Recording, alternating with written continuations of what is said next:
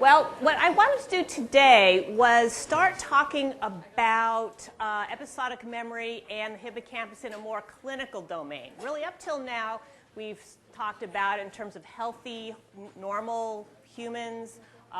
The brains you were looking at when you were doing the lab were all from healthy young subjects.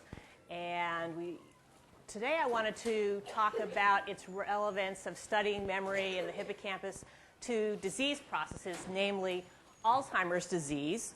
So just to give you a little overview of what I wanted to talk about today, talk about some of the cognitive changes associated with Alzheimer's disease, and then talk about the epidemiology, so some of the risk factors for Alzheimer's disease that we understand now, and this concept of cognitive reserve, which is kind of what we'll be testing with the behavioral data that you collected this week. And talk a little bit about some of the highlights of the Golda article with some of these treatments on the horizon. And then just briefly talk a little bit about the importance of being able to identify preclinical Alzheimer's disease, which is another very big, important area in this field. So I'm going to really be talking about very cutting edge, kind of the current view of the field in this lecture today. And as you can tell, the Golda article hasn't even come out in print yet. It's so brand new. It's actually still a galley proof. So it's really the current understanding in the field. Okay, first though, I want to give you a little preview of what we'll be doing in lab 10th week. So you hopefully know that there is no lab or lectures next week. So you'll have a happy Thanksgiving. Obviously don't show up here Friday waiting for a lecture. We're not going to have a lecture. But we will reconvene 10th week in lab. And some of the things we're going to do, we're going to score the data from that Remember No task that you took this week. And then we are going to analyze those data using t-tests to see whether memory for incidental details is more accurate for items where subjects gave R responses versus K responses. And I think you probably have a sense of how that should turn out based on the previous lectures. But we will see if we can find support for that idea. Does anyone have a feeling which way it should go, or what way you predict it would go based on my lectures? What should be the memory for incidental details should be more accurate for R or K responses? What do you think? R, yeah. So we'll see if there is support for that. That's sort of my prediction of what will happen. And then another analysis we're going to do. So we're going to use t-tests, sort of like how you've been doing. But we're also going to do a correlation analysis between the number of relatives that you guys had with dementia and episodic memory performance to see if there's any relationship there. So we'll also use Excel to run a correlation analysis. And then the third thing we're going to do, or actually the fourth thing we're going to do, is we're going to go back to that hippocampal data set that you've been working with these last couple of weeks and look at possible interactions between factors. So this week you went into a lot of detail with group comparisons. So within subjects, looking at side differences and looking at group differences between sex and age. And it looked like, I think everybody found, in all the sections found a difference within subjects in extent of the hippocampus, with the left hippocampus longer. And some of you also found that the left hippocampus length differed by age. And I think in Thursday that wasn't significant. The other two sections it was. So, but some questions arose, like saying, oh, okay, well, the left hippocampus seems longer overall, but given it seems like at least numerically it's longer in the older subjects, maybe there's a difference in laterality, that maybe the pattern is different between the young and old subjects. Maybe the younger subjects, the left and right hippocampus have a similar length, and it's really the older subjects that are driving that difference. In the older subjects, you see a big difference between the left and the right hippocampus in length. And really, t-tests alone won't be able to tell you what that difference is. We'll need to use what's called an analysis of variance and look for interactions between factors. So particularly like interaction between age and side. And that might show that there's a difference in pattern of the laterality between old and young subjects. So we'll explore that. Also see if there's any possible interactions with sex and size. So it could be that even though overall no one really found any sex differences, it could be that the pattern of laterality differs, that in men there's maybe the right is slightly bigger than the left, and women it's flipped. We can't really tell that with t-tests very well, so we go to analysis of variance. So that's what's kind of on tap for 10th week. Okay, so let me start talking about Alzheimer's disease, most common neurodegenerative disorder that exists, and the risk increases sharply with age. Now here's an example of an Excel type graph. I got this from a government website and it illustrates one principle that Dr. Grisham said you should never do is assume that your audience cannot read graphs and actually put the means up here. I think he said that in all the sections that you really shouldn't do that. But these guys did that. But anyway, what you can see, if you can read this graph, is that as age increases, the incidence of Alzheimer's disease increases sharply. So this is 65 to 74, and it's about 3% of people have a diagnosis of Alzheimer's disease in that age range. Go up to 75 to 84, it's up to 19. And over 85, it's up to 47%. Now, with the aging of the population, we're getting better at fighting things that killed us off earlier, like infectious diseases and cancer and treatments. We have treatments for those things. People are living longer, which is great. However, looking at these numbers where if people get up into their 80s, 90s, and beyond, the incidence of Alzheimer's disease is very high. So this is actually an increasing problem that's accompanying the general aging of the population. Okay. So what are the behavioral findings? How do we diagnose Alzheimer's disease? What is it? Well, it is a dementia. And what is dementia? The definition of dementia is a memory impairment plus at least one other deficit. So we talked a lot about amnesic patients who have a really severe memory impairment. However, they would not be called having a dementia. So HM, though his memory impairment was exceedingly profound, he would not be demented. Patients with Alzheimer's disease, they won't really get a diagnosis of Alzheimer's disease unless, in addition to having some problems with memory, they have problems with something else as well. Memory might be their biggest problem, but they also have some other deficit, and that is usually a visuospatial deficit. So these patients may have trouble like constructing things, or they might kind of get lost in familiar environments. They may have language problems. They may stop being able to understand language very well, or know the names of things, or know concepts, or reasoning. They might start to make poor decisions. That would be another example. And another important definition of Alzheimer's disease is it's progressive. So if a person, say, suddenly develops some cognitive symptoms and then they sort of stay at that plateau, it probably is not Alzheimer's disease. It may have been because a stroke or some other kind of problem. Maybe in elderly you often have problems with too much medication that can have cognitive implications.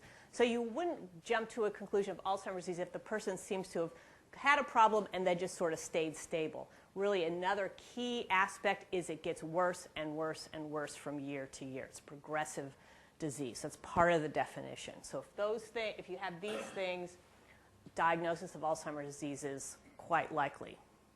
Okay, so just some examples, especially of the visuospatial problems that these patients often manifest pretty early. And this clock drawing test is actually pretty effective. It's simple, that a physician can just do in the examining room, and it's actually pretty sensitive to cognitive deficits. So you see a patient who just maybe has early Alzheimer's disease where you're not really sure if they even have it or not, and they can make a clock. It doesn't maybe look great. 1, 2, 3, 4, 5, and you see the 6 is over here. So still, and the 10 is here, and then they remember, oh, 12 has to be on top, 11, 12. So, it's not a great example. It's sort of passable, but you'd think that they should be able to do better. So there's some problems. However, as the Alzheimer's disease progresses, you can see huge problems with visuospatial abilities, in that they're not even able to put the numbers within the circle. They go 1, 2, 3, 4, 5, and then they kind of know 6 should be at the bottom, but then they go off this way, a big visuospatial problem. And as the Alzheimer's disease gets more progressive, not only do they seem to have problems placing the numbers, but just their order is off here. They have 11, 2, 3, 4, 5, 6. It's just really not placed anywhere near correctly. And it seems like they're actually kind of losing the concept of what a clock is, because the numbers are sort of out of order. So you can see as the disease progresses, even with this really simple test, just draw a clock for me, you can actually see the deficits in these patients. I think in addition, the instructions, draw a clock for me and put the hands at 2 o'clock. Show me that it's 2 o'clock. And they kind of know the 2, but they're still sort of, even at this early stage, have some problem there. So this isn't a memory problem. It's more of a visuospatial problem and an understanding problem. As the disease progresses, they don't even attempt to know how to show 2 o'clock on this clock. Okay. So those are the cognitive findings. What about the neuropathological findings? In fact, to officially get a diagnosis of Alzheimer's disease, you need to have these specific neuropathological changes. In real life, though, people who start to have some cognitive decline, some elderly people, you don't usually go in for a brain biopsy to note these things. You basically make the diagnosis of probable Alzheimer's disease just based on behavior. But however, the real definition of Alzheimer's disease depends on having these neuropathological findings. So its definition is defined by the presence of 2 things: beta amyloid plaques and neurofibrillary tangles. Okay, so these things are present in the brains of Alzheimer's disease. That's sort of the defining characteristic. So both of these features just kind of are basically, if you had to say what are they, it's caused by proteins that are normally soluble becoming these polymers that are insoluble, that they're kind of, these plaques are basically the beta amyloid that gets kind of bunched up in kind of a little glob and in the brain, and the same with the neurofibrillary tangles. These are proteins that normally are soluble, but they become these little clumps. So that's the characteristic pathology in Alzheimer's disease. It's also accompanied by the loss of neurons. Just having a bunch of this gunk in your brain may not necessarily be a bad thing, but it does seem like it is associated with a loss of neurons. Okay. And that's, of course, the problem and why the cognitive deficits appear. Yeah, question? Tangles of the plaques? They're separate things. So there's the amyloid plaques, and then you also see the tangles. And you're right. A question is, does one cause the other? Is there some third factor causing both? How are they related? Which is the one that's killing the neurons? Are they both killing the neurons? Or is some third factor killing the neurons plus depositing these plaques? Those are key questions if we want a treatment. And some progress is being made, and I'll kind of describe some of that and what we know at this point. Okay, so the location of Alzheimer's pathology. As I said, Alzheimer's is progressive, and the pattern is fairly variable among patients, but typically you see it start in the medial temporal lobe. So you should be very familiar with sections like this. You spent a few hours staring at them, and you might notice hippocampus here. This is a normal brain, age matched for this person down here, and you can clearly see the hippocampus if you had to circle it. You could do that. Now look at this person down here, this black hole. This is a more advanced AD case. It's black, and remember that was fluid. They basically don't have anything there. So if you're trying to draw the hippocampus in this advanced AD patient, I don't know what you would actually draw. It doesn't look like there's much there because it's just really fluid. However, it's not like there's a selective problem there. Certainly you can note that it looks like there's degeneration in the cortex. So like if you look at this person, here's the temporal lobe here, and you see the white matter covered by all this gray matter. That would be normal.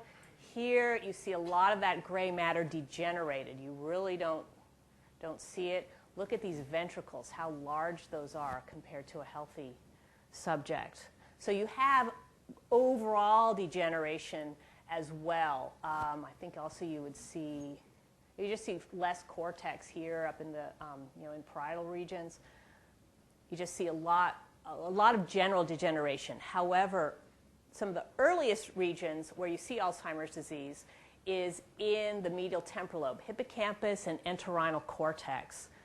You start to see in the earliest stages shrinkage and the development of these plaques and tangles. So that's the typical progression.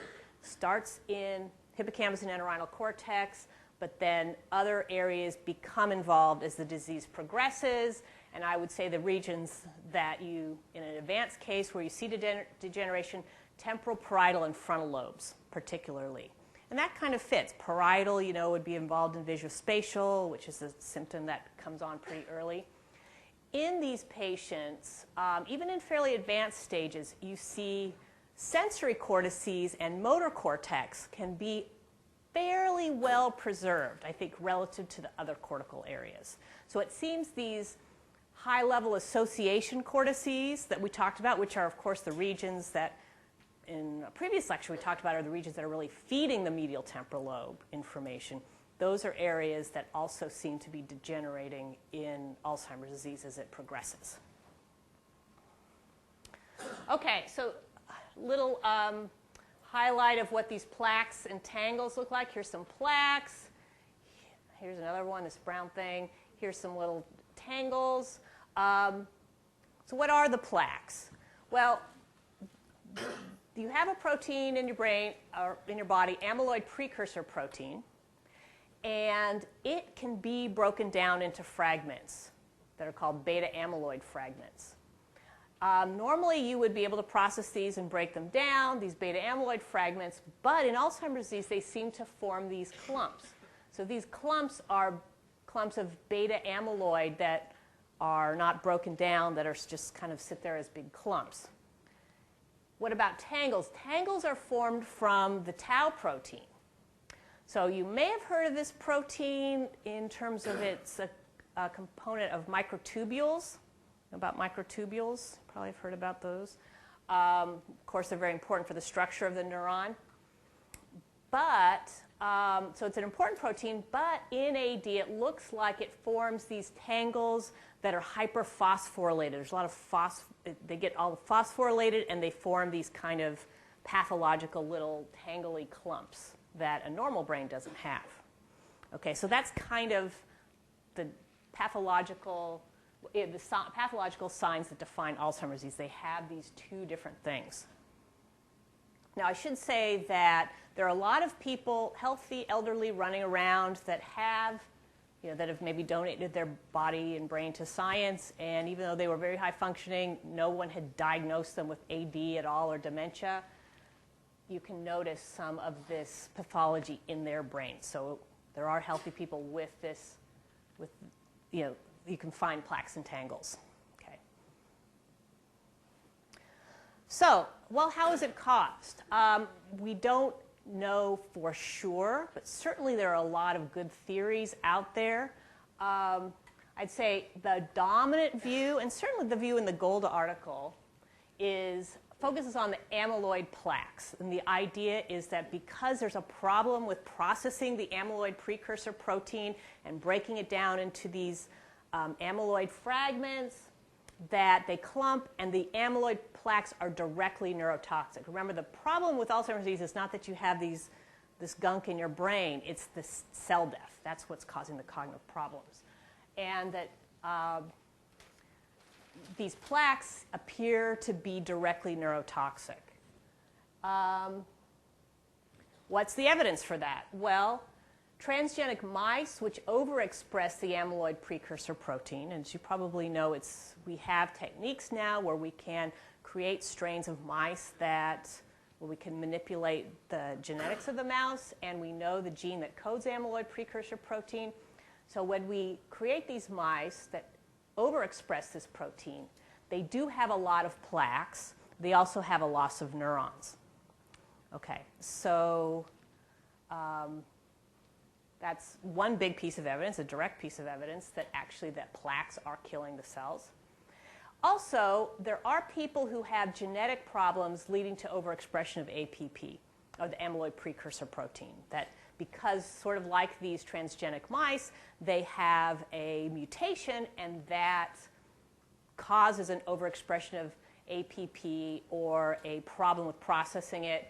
And this genetic mutation leads to a very early onset, so like people in their 50s and their 60s in these families get Alzheimer's disease with lots of plaques, suggesting that, hey, even if you have a real problem with your amyloid precursor protein or processing it, that's really a cause of AD. Let's work on fixing that to come up with a treatment. Now, most of the people running around with Alzheimer's disease don't have a mutation in the APP protein or any kind of gene that codes for these things. But the small subset of Alzheimer's disease patients that have been well studied to try to make that link between the toxicity of the amyloid plaques and cell death and the disease process. Okay, now there are some alternative hypotheses out there, and they're briefly touched on in the Golda article. One problem or one reason that people have been looking at alternative causes is there isn't a super strong correlation between plaques and cell loss. You can, like I said, you can find people who have a fair number of plaques and they don't have a lot of cell loss. So it doesn't seem like it's a really super tight correlation as much as you might expect if that's really the cause of AD. And then looking at the tangles, well, other neurodegenerative diseases that are rarer than Alzheimer's disease, but things like frontotemporal dementia, those are definitely caused by problems with the tau protein. So in, say, frontotemporal dementia, you don't have plaques, but you have real problems with these tangles and the tau. So, and that causes dementia and progressive cell death. And of course, when the tau isn't functioning properly, it's an important component of microtubules, you can see how that could kill cells. If the microtubule protein is not really functioning properly, that's causing cell death. It's less clear how the beta amyloid plaques are really killing cells. There's some theories out there, but it's less obviously clear. And of course, maybe there's a third factor supporting both. If there's some other disease process, one consequence is it causes plaques, it causes tangles, but this other thing is really what's killing the cells. And so if you supported this view, you might think, well, gee, maybe you shouldn't put all your eggs in one basket trying to treat the beta amyloid when there's actually some third process that's actually killing the cells, and just dissolving the plaques isn't going to really cure the Alzheimer's disease. I would say that this is somewhat of a minority opinion, that really given the support for the amyloid hypothesis, most of the research has been directed towards that. However, there is some other research going on looking at tau, looking at some of these other factors. So just be aware of that. And I think the Golda article did kind of lay that out, that both of those things are going on, although the amyloid hypothesis seems to be the leading contender at this point. Okay, so what about risk factors for AD? Maybe that can also give us some idea about how to treat it, but also maybe prevent it, which of course would be what we'd really like to do. As I said, there's some genetic risk factors.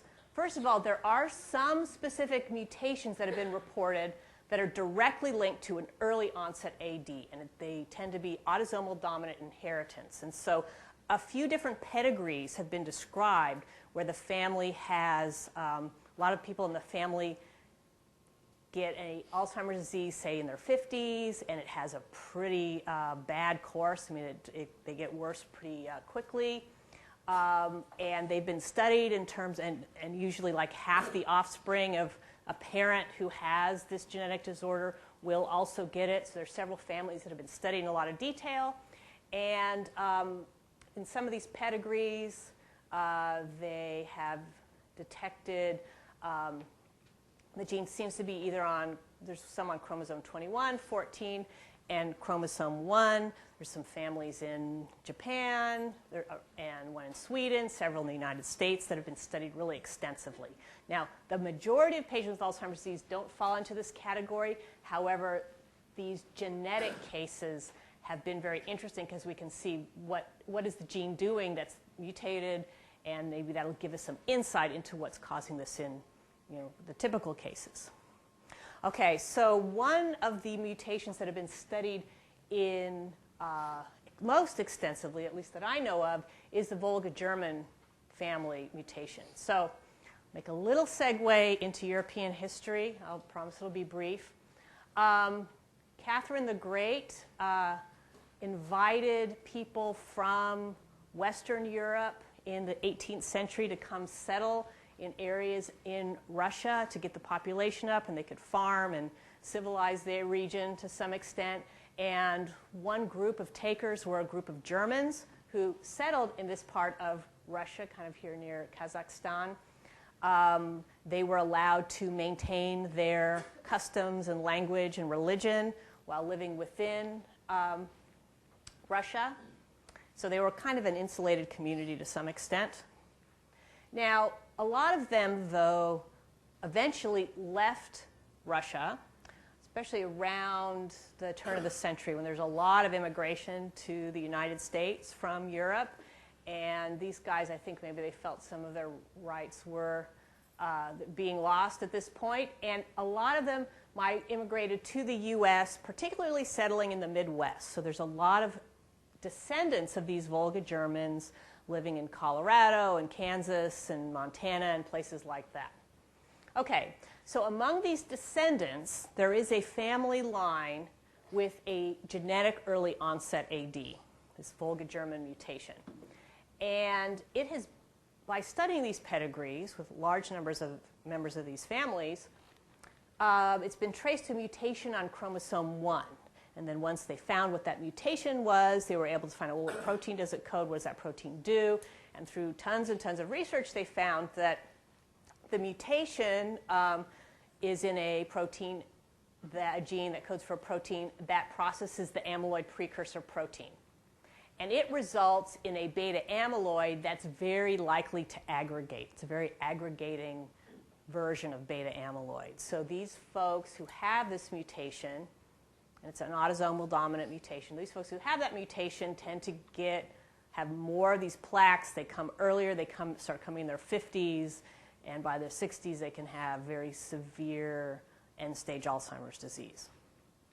Okay, so studying this family has really supported this idea that really the beta amyloid is the problem in AD, or one of the primary problems at least. Okay, so those, as I said, that's only a tiny fraction of people who have AD have some big genetic risk. So if you're not a Volga German, but yet you're still, I would say everyone is at risk for AD, given it is so common if you're lucky to live long enough. However, another genetic risk factor is your ApoE, is having ApoE4. Now, this isn't like the Volga German mutation, because for that, if you have the mutation, you will get early stage Alzheimer's disease. This is more like a risk factor. It increases your risk of getting it. Doesn't mean you'll get it, but like the other kind of mutation, but it means you have a risk factor. And this isn't really a mutation. It is an allele that's actually pretty common in the population. So ApoE stands for apolipoprotein E. Everybody has apolipoprotein E, and it's involved in the metabolism and transport of lipoproteins. It does a bunch of things in the cell. We don't know exactly everything it does, but it does seem to be important. And it's on chromosome 19, the gene that codes for it. And if I was able to sample all of your genetic material, I would probably find some of you have these three common alleles would be represented. So some of you would have 2 copies of ApoE2. I think most of you would have 2 copies of ApoE3. You might have 1, 2, and 1, 3. Some of you would have ApoE4 as one of your alleles. You could be heterozygous for that or have an ApoE4 and ApoE3. So these are occurring just generally in the population. They're not really a mutation, just like some of us have blue eyes, some have brown eyes. They're just the normal variation. But it's been found that people who have ApoE4, either one allele or even worse, two alleles of that, if you're or homozygous for ApoE4, you have a much higher rate of AD. And that can be like 10 times higher than, say, a person who has 2, especially, seems to be protective, or even 3. So the studies vary, but it's really a huge increase in risk. Okay, so but of course there's plenty of people around who have ApoE4 and live to be 90 and never get Alzheimer's disease, so it doesn't mean you'll get it, but it just sort of increases your chances. Just like, you know, smoking certainly is associated with lung cancer, but there are people who smoke and don't get it, and there are people who get lung cancer and don't smoke, just like there are people who have ApoE2 and ApoE3 only and get Alzheimer's disease, but it is a risk factor. Okay. So what's the problem with ApoE4? Why? Why might it have this risk factor? Well, some views are that it may not be as efficient as other forms of the ApoE in catalyzing the breakdown of beta amyloid. So you might not be able to see this, but this is E2, E3, E4, and it's just a substitute, arginine substitute for cysteine here. And it seems that it may not work quite as efficiently. It's not quite as good when you have this substitution here of arginine. And thus, maybe you're more likely to have the aggregates form because you're just not as good at clearing them out. Okay? And E2 seems to maybe be protective. This is the most common one, is ApoE3. But maybe having the two cysteines, you have a really good form of apolipoprotein E. Okay. Environmental risk factors. A huge one, well, the main one is age. Certainly age is a huge risk factor for Alzheimer's disease. You don't see it in young people. You do see it in older people. But I'd say the second most important one is head injury. History of head injury is associated with a high risk of Alzheimer's disease. And you see this in boxers who basically get head injury all the time, even, especially concussion, they get knocked out. And boxers have a very high rate of dementia. They get it earlier, they get it much higher frequency than people matched for other factors that have jobs where they don't get pummeled in the head a lot. So one idea of why this is the case is that when you get head injury, it's associated with expression of amyloid. So you get more amyloid protein being expressed when you get a head injury. So you fall off your bike, you hit your head, that's associated with expression of amyloid. And in boxers who have ApoE4, the risk of Alzheimer's disease is almost certain that they'll get it. It's such a high risk. And it seems that here you have a double whammy. You have more amyloid, because every time you're getting punched in the head, get a concussion, you're getting expression of this protein, plus you have an enzyme that's maybe not quite as great at clearing it.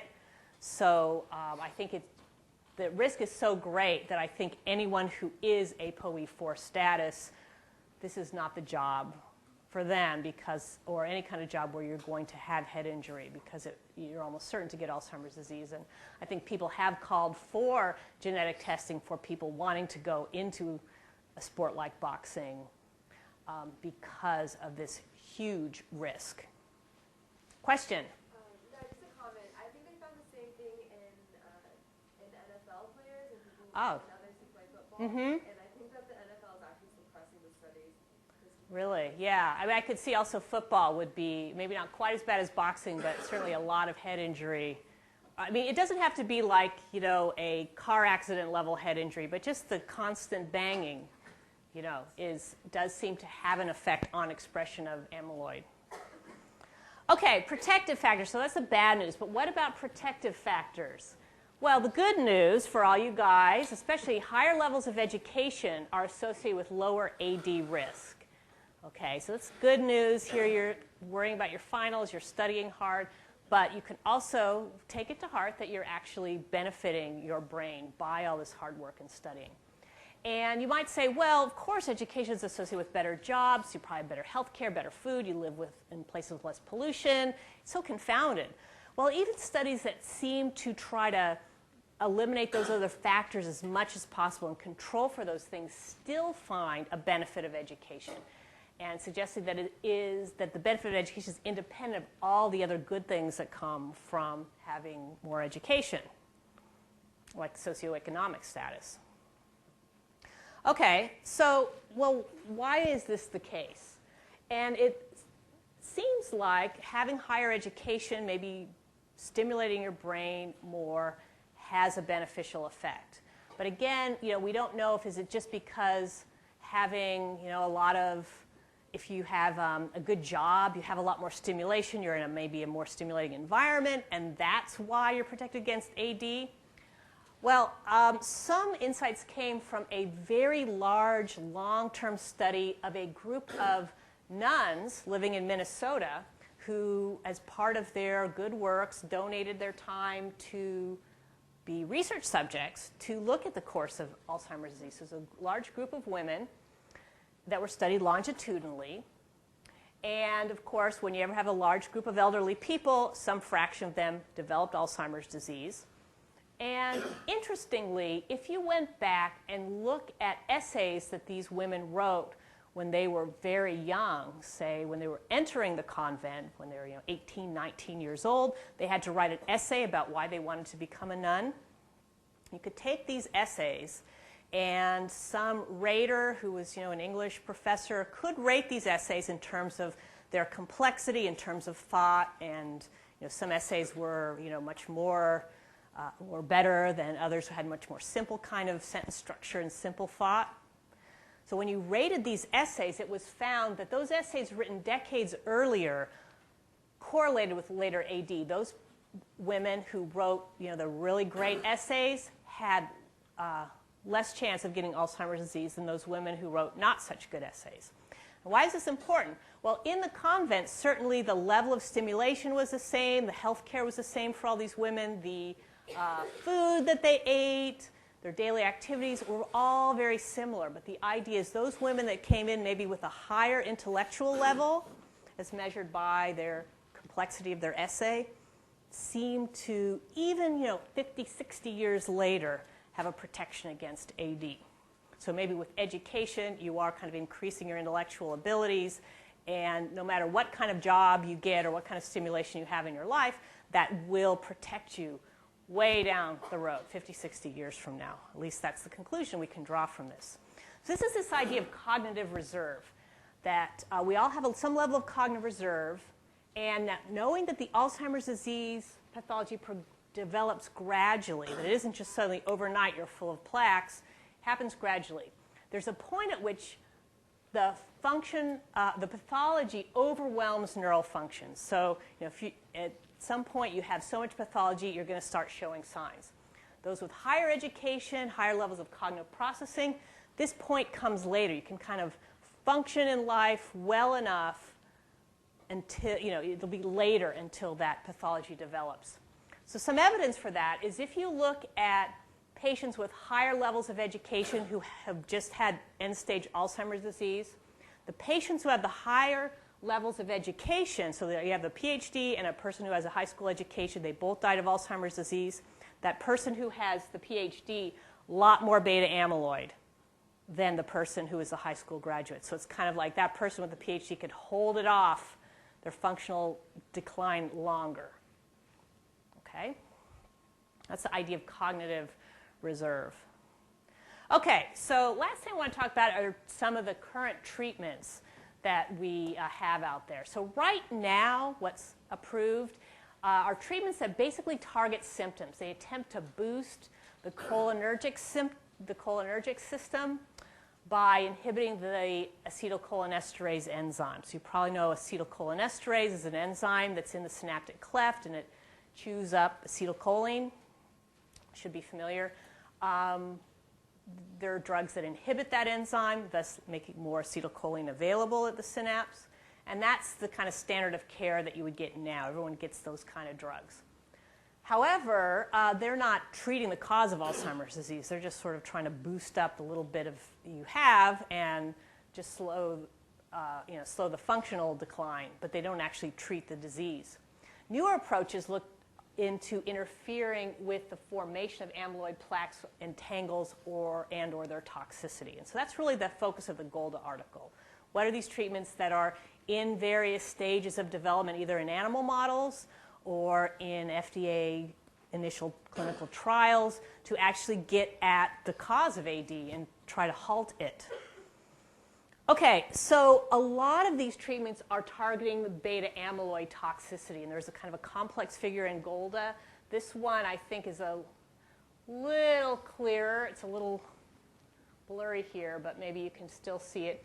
Basic idea, let's affect the processing of the amyloid precursor protein. When it gets cleaved up, let's try to cleave it in a way that the resulting fragments don't aggregate. And there's a couple of ways these secretases that are enzymes that cleave it up, there are a few different kinds. There are beta secretase and gamma secretase and alpha secretase. And they all cut up the amyloid precursor protein. And when you have these components, these A-beta plaques, they aggregate. So you want to minimize the number of these. So what you want to do is beta secretase, I don't know if you can see it, cleaves right here, and gamma secretase cleaves right there. What you'd like to do is maybe inhibit the activity of these so you don't get these fragments, and actually have this alpha, which cuts it here, because then you won't get that same cleaving. So to try to manipulate these secretases is one treatment that is a huge amount of research is going into that. How do we do that? Because that could potentially stop these plaques from forming. Now, another approach is actually using the immune system, either somehow generating by your immune system to actually attack the amyloid plaques, actually use your own immune system, or maybe a passive kind of immunity, actually inject people with some kind of immune booster that would attack this, so actually using the immune system. Or some kind of compounds that could prevent or break down aggregate. So yeah, allow these fragments to form, but somehow use compounds that will break them up. Okay, so those are kind of the treatment approaches that are really being studied in a lot of detail now. Also, there are ways to target tau. So, there is a view that, well, maybe the A-beta fragments that are making these amyloid plaques, that is actually causing the tangles, and the tangles are really the problem. So it's not that these things, it's not the A-beta directly that's causing the cell death. It's going through the tangles, and so actually maybe it might be easier to manipulate the tangles and let the plaques form. Who cares? We really want to target the tangles to save the cells. So reducing the aggregates of tau. Of course, we don't want to eliminate tau because you need microtubules, but maybe we can stop it from aggregating. And there are approaches that are trying to reduce the phosphorylation of tau. Okay, so to stop it from forming these little hyperphosphorylated tangles here. Also, certainly immune approaches, antibodies to tangles is one thing. And another thing is, well, maybe agents that will help stabilize the microtubules. Tau's job is to form microtubules. And maybe there's some problem with the keeping these microtubules stable, and that's causing these little tau fragments to go around, and then they'll just sort of naturally come into tangles.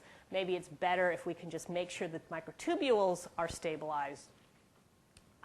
That will actually help the process a lot, or prevent this process from happening. Okay, so those are kind of the treatment approaches that were described in the Golda article that are, I would say, happening now. They're not treatments you would get in the neurologist's office because they're just still undergoing FDA trials, but actually, when I had been giving this lecture years ago, I could only say, yeah, we don't really have any treatment. It's just looking really bad. But now I think we have reason for optimism, given the development of these transgenic mice that overexpress things like tau and APP. We can really do a lot more treatments than we could before. So this is a great example of how animal models have really helped human health with the development of these transgenic mice. Okay, so the very last thing I want to talk about is identifying preclinical AD. And why is this important? Well, by the time you start to show signs of AD, you already have substantial amounts of cell death. And even if we do find these treatments where we can halt the disease process, there would be a loss of function. So optimally, we would, before the person really is showing real impairment and is really impaired, we would want to give them, so you start these treatments. So an important focus of research in addition is to identify people who are going to get AD very shortly, so preclinical AD. It's been a big focus.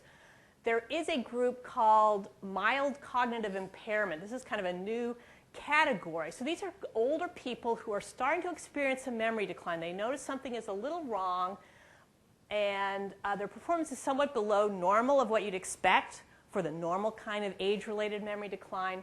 But it isn't really affecting their daily activities, and they may not have additional cognitive problems. It can be fairly specific to a memory problem, but they just kind of come in and they notice, my memory, or their wife notices, my memory isn't as good as it used to be.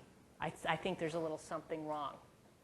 So one other kind of hot thing that has been described in the Golda article is the development of what's called Pittsburgh compound B, which when you they call it PIB, but it stands for Pittsburgh compound B, it allows one to detect amyloid plaques in PET imaging. So this Pittsburgh compound B binds to amyloid plaques.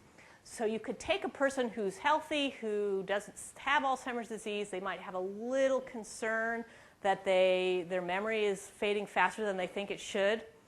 And combining those behavioral data with this neuroimaging data, you could actually see their risk for plaques. And it seems that people who maybe don't have a diagnosis of Alzheimer's disease yet, but have plaques in particular regions like medial temporal lobe, entorhinal, and hippocampus, that they have a very high rate of soon in the next year or so converting to really a diagnosis of Alzheimer's disease. So using things like PIB will allow us maybe to start, when we have these treatments in hand, start treatments before you really see substantial cognitive changes. Yeah, question? How early was that predicted? Like how? Well, the studies now are people who come into the clinic with this, what's called the mild cognitive impairment. They just notice the memory problems, and that's the group that people have been focusing on. You could see in the future, certainly doing a PET study, PET scan has some risk. It has some radiation. So you probably wouldn't want to do this for everyone, but I could see how you might want to do it for people that are a little worried that maybe something is going on. And at this point, we don't have good treatments for Alzheimer's disease. However, we're hoping that soon, some few years, that we will have treatments that will maybe break up amyloid plaques. And so people who come in with a little bit of, starting to have some cognitive impairment could be identified as like, some might be saying, look, you're too worried. You actually don't have any plaques. You're fine. Others would be like, yeah, I'm a little worried. I see a lot of plaques in your medial temporal lobe. I want to get you on this particular treatment. So that's kind of the idea of the future, that this would be a nice diagnostic tool for someone who looks like they're getting close to AD. Okay.